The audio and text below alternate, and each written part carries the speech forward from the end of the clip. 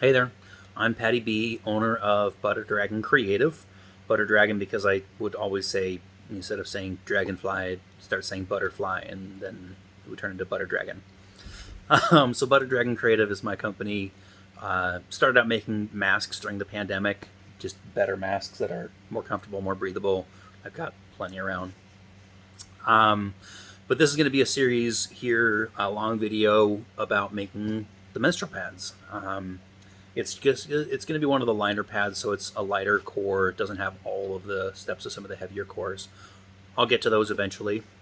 This is sort of the starter so that you understand my process. If you have questions, I'm more than happy to share. I'm not going to keep anything about my process secret. If anybody else wants to copy my process, more power to them. Menstrual pads, cloth menstrual pads, are a great thing for a lot of reasons, and I hope more people who menstruate switch to this option. So yeah, women, trans men, non-binary, if you menstruate, I hope that you at least consider making a switch to cloth pads. It's just better for the environment, better for your body. And my pads are one of many options. This is my little sewing corner. I don't have a sewing room. So this is my sit-stand desk that I got from Home Depot, my cutting mat, my decorative sewing machine, my straight stitch sewing machine, skis on the wall because this is like the den, so it also has our sports equipment.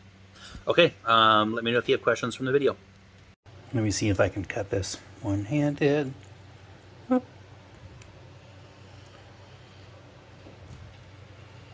this is for the thong. Out of the dark burlesque fabric that at least that's what I called it. Go.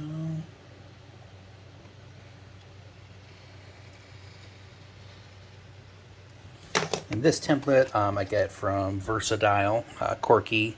She does those on Etsy. You can get the patterns, and then I take them and I cut them out, and I do a laminate so I can see through and see what part of the fabric I'm actually selecting so that I can get good placement and waste as little fabric as possible. And then what is wasted, I collect. And I haven't figured out what I'm going to do with the scraps yet. Sometimes the scraps are big enough for, like this, the thong pad, because the thong pad's smaller. But usually, scraps are just, that. And I'll find something to do with that someday. There they are. And so you just kind of keep on stacking up a pile of pieces. Alright, so now we got the core material.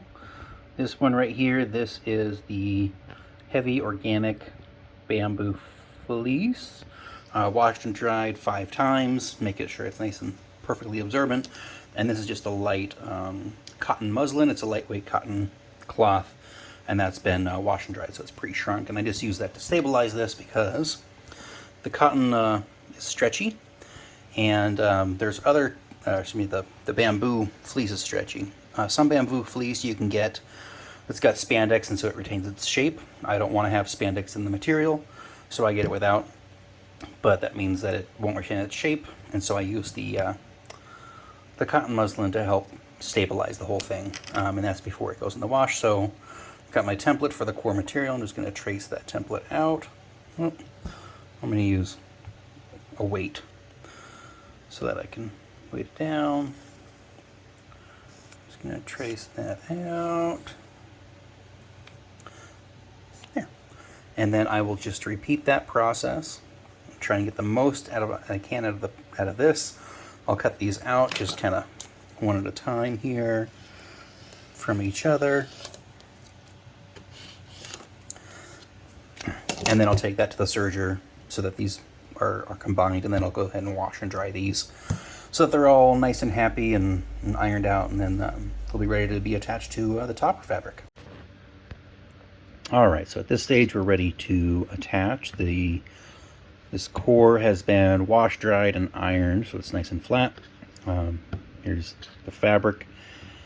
The little ends on the serge have been trimmed, and then I'm going to sew this, and I'm using Gutermann 100% cotton thread because this attachment, this is in the center, And so this is actually going to touch skin. And so I only want to use natural fibers, no synthetics, no polyester or anything like that. So I'm going to try and do this one-handed.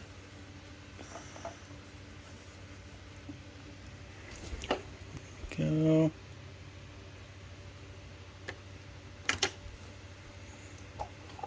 All right. Couple of stitches, back tack that a little bit. All right, then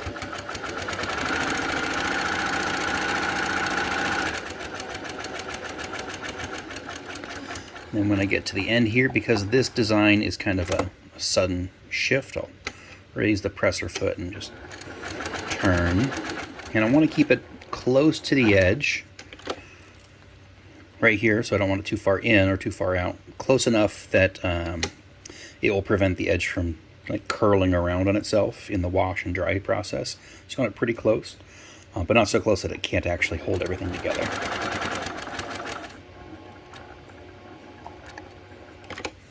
And again, we'll turn.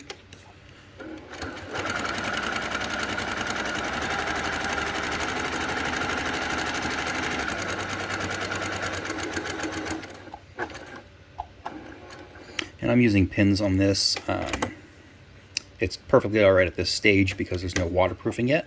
This is a liner, so it won't get the waterproof layer, but once you add the waterproof layer, you don't want to be using pins. You don't want to poke holes in the waterproof layer.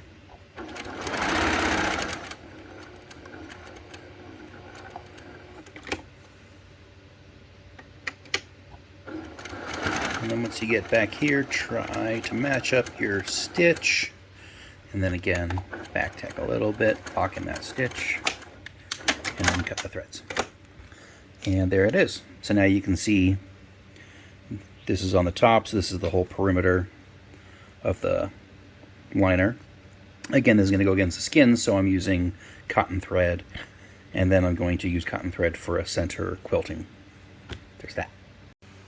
Okay, so we've got the backing attached to the core has been attached to the topper material, and then we're going to do some center quilting. Now these center quilting, I still do that with, again, the 100% cotton Gutermann thread, made in Greece, high quality cotton thread. I do this before the backing, so I use the cotton flannel as the backing.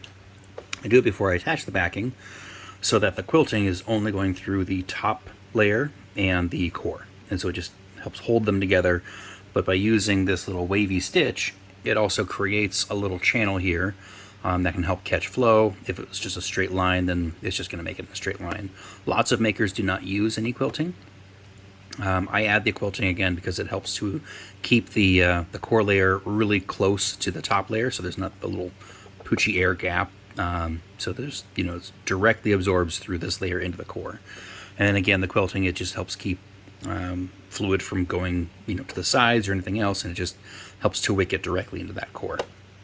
For this machine, I use a quick little lock stitch. I'm going to slow down my stitches, and then I'm just going to let it go.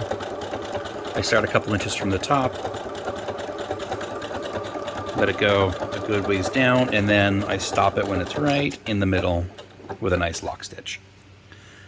And again, that lock stitch, let me see if I can get it to look at this. Maybe not. And then I keep the tails of the thread nice and long. This machine will cut the threads, but that's just too short. When I'm doing this, I like to make sure that there's this little locking thread on the inside. I'll trim these down to about, on the inside I trim them to maybe an inch and a half to stick in, and on the surface I will trim them very close and flush. And after the final wash and dry, any of these threads will kind of poof up a little bit, and I can trim them again just to make sure it's nice and clean. So again, that's that center quilting. For some of the heavier things, I do extra lines right here and right here.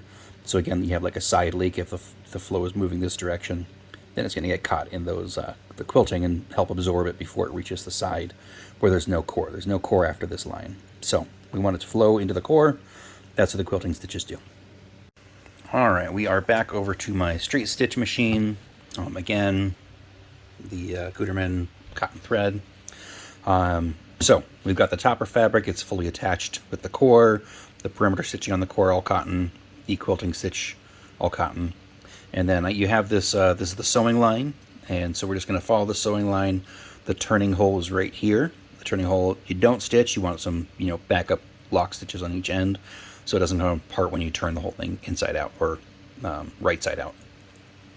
I use, again, the flannel, all cotton flannel. There are two things that I really like about the flannel and why I use it. One, it's not plastic, so it doesn't release any plastics. But two, it's just this combed and brushed cotton, so it's got lots of little loose fibers right here on cotton. I use it as a backer, not the topper. All these loose little fibers, they're really grippy. And so they'll kind of, they'll help keep the pad in place because they grab the underwear, the fabric in the underwear. Because of that, I don't need pins when I do this. The friction between the two layers will actually just keep them perfectly in place. And again, it's the benefit of using the flannel. Let me just line this up a little bit better so that I'm not too close to any edges. So I have plenty of seam allowance at all of the corners. Okay, so I'm going to start. See if I can hold the camera steady and look at my stitches. I'm going to start at the end here. Again, we're in a back stitch.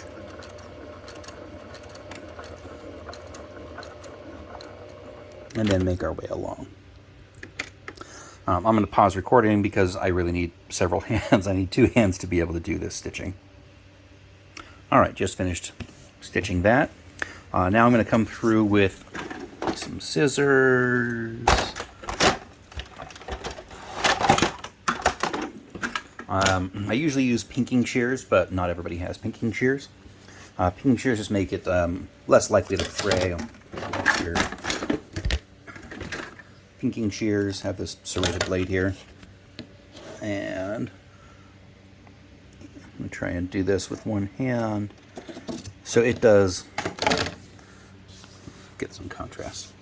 So it does this little crisscross cut, and it just makes it less likely to fray. It reduces bulk and things like that. It makes it a little bit easier. But I'm just going to use scissors to come around, and what you'll end up doing, so you trim away the extra fabric, and what you're going to do is you're going to turn this inside out or right side out, and you want enough left over so that you're not going to just lose your threads. You're going to top stitch through everything, which will help reinforce it. But what you'll want to do is trim these corners down, because when you turn this inside out or right side out, this is going to try and fold over on itself and create a lump right here. So you want to get that really close, but not so close that you're going to lose your stitches. So that's doesn't seem to be focusing, but that's pretty much it. So we've got it trimmed, and you can see it's really short right here. It's close to the stitching, and then you got this full seam allowance, and then close again.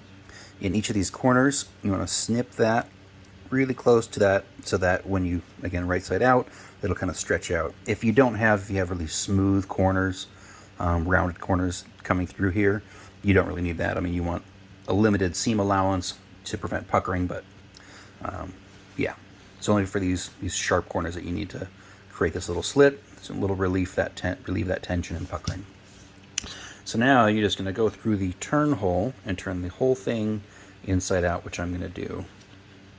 I'm trying it. No, I'm setting this down. Halfway through, maybe I can do the last little bit one-handed. Yeah. Then, so I come through and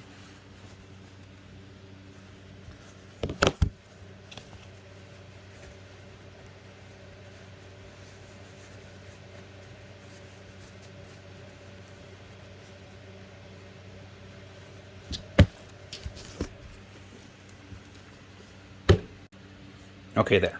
Roughly turned inside out. These corners, you need to be able to pull all these. Now I use, this is is a cooking chopstick, very, really long chopstick. This is great for turning corners. You got to be gentle though. You just want to you're just lightly getting the corners turned out.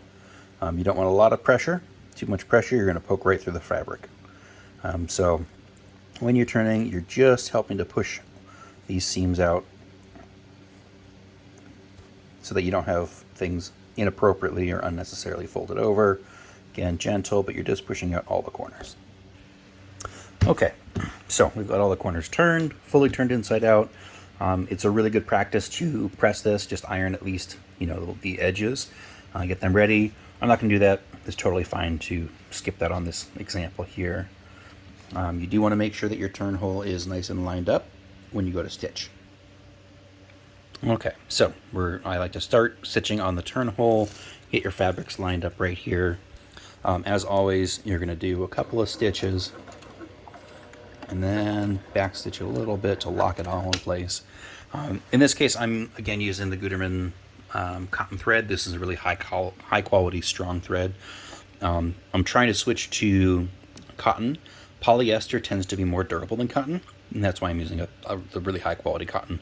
So it is pretty darn durable. And this way, everything in this particular case, pretty much the entire thing, no, actually the whole thing is biodegradable.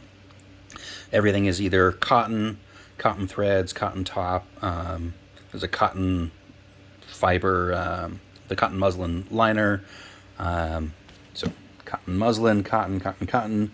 The absorbent fabric that's in between here, that's all 70% bamboo viscose, which is just reconstituted bamboo fiber, and 30% organic cotton. So, and even the threads, the serger threads I also use were cotton. So this entire thing, because it doesn't have that PUL, the polyurethane waterproof layer, this whole thing can literally break down in nature. If you bury this in the dirt, you have healthy dirt and microorganisms, the whole thing will break down. That's what I like about these. So yeah, we're just going to top stitch all the way around the entire perimeter, and we'll come back and we'll lock stitch in to finish it up. All right, so we've got it completely assembled, turned, top stitched. Right now I'm going to add this little heart stitch, and this is just a liner, so it's the number 1, so I'm just going to do one of the hearts. Start out with a little lock stitch. Again, we're using the Gutermann 100% cotton thread, and I'm just going to hit go on this machine, and it's going to stitch one little heart, stop, lock that in,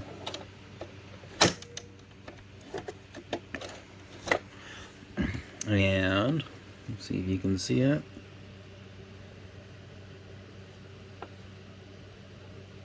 Nope, it's not going to focus, but there it is. Got one little heart. That's how I indicate. Instead of using tags and stuff like that, or weird things that you have to decode, it's just one for the lightest absorbency. Heavier absorbency, so this TD1, this is number 4. So this is the heavy, so it's got 4 of these little hearts stitched into it. Much easier to figure out than, colored tags and things. There you go.